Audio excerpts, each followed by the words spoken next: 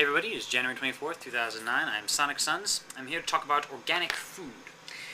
So, as you may have noticed, there's a certain amount of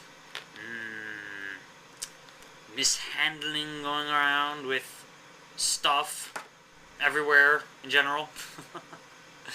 A certain degree of greater powers, like corporations and such, not necessarily looking after the common man, or woman, or whatever.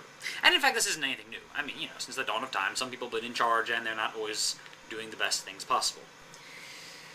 It's from that general feeling that corporations, for instance, are not necessarily protecting our best interests, that we find, well, a number of things. But one of them being the organic food movement.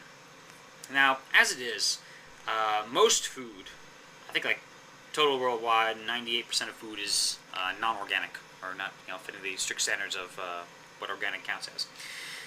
Most food is coming up by, at least most food, okay, corporations from America versus like Africa versus like, do they have, okay, fine, I don't know the exact statistics. A whole lot of food.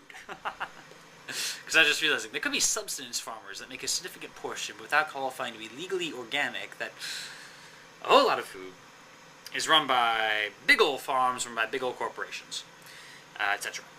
And, well, they want to maximize their profits, right? So, what do? Well, they want to do whatever you can do to get more food out of a given, sector of land, or a given, amount of dollar input you put into this thing. So, for instance, they found that if you give a lot of antibiotics to livestock, cattle and such, you just pump them full of this stuff, they'll grow bigger than they otherwise would have. Presumably something to do with, like, the immune system, has nothing to do, and so, like, the cow has more energy for growing, or something like that. I'm not exactly sure how it works. At least I'm not exactly sure how it works.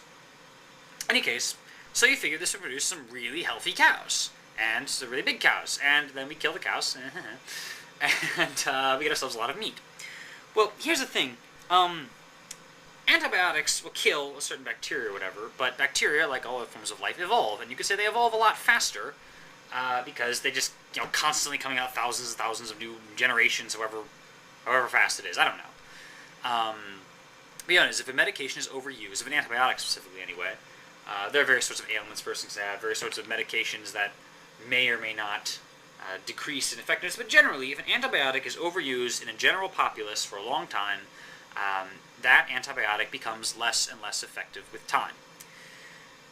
So, what we have here is actually contributing to superbugs, as it's sometimes called, diseases that, eventually learn to resist the various antibiotics, and then there's not much we can do about it. Now, that might not mean too much if the disease is, like, killing off some of our cows, and, maybe we'll not eat cows so much or something.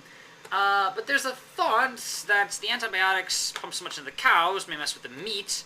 It gets antibiotics into, human populace, for instance, and then that eventually comes superbugs that can, like, mess with humans easier than we could and stuff. And of course, corporations will tell you this is all perfectly fine and well, and growth hormones, nothing. By the way, we're not talking about like a cow got sick and we give it some drugs so it gets better. That's okay. That's normal. We're talking about giving the cows drugs when they're not even sick, just pumping them full of drugs every single day, or however they do it. And there are thoughts that that's not necessarily good for anybody involved, except of course the people who get to make money off of it. There's growth hormones. They pump up a cow full of hormones. So there's, I forget the name of it. There's a hormone that's legal in the U.S., but illegal in, like, all of Europe. And I'm thinking, this thing's illegal in, like, all of Europe. It might be bad for us. I kind of doubt that the entire European continent just randomly decided to get rid of this thing. Boy. But, there are various lobbyists and various influence and various dollars going around, and for the moment we still have stuff. There's various pesticides they use. They were getting off of just cows here, where, again, they'll spray it like as much as they possibly can to remove any pests from ever showing up, but then the pesticides get into, your corn or whatever. And there's a thought this could eventually cause bad stuff for people. Now, this isn't exactly like, say, poisoning crops. And you eat this corn and you get sick and die like 2 days later. No, we're talking about anything. We're talking about stuff that, in general, is bad. That over time, it can screw around with people. And, there are a couple of weird things going on in the world, medical-wise, that might be very linked. Like, people are wondering why autism is going up. Now, I'm not going to say that I have proof that there's any link between autism and the overuse of various chemicals and such. I'll just put it in the category of reason for suspicion. With this random crap going around, you get the sense that this is going to be bad for us somehow, right? And there's some evidence to show that some of the stuff is.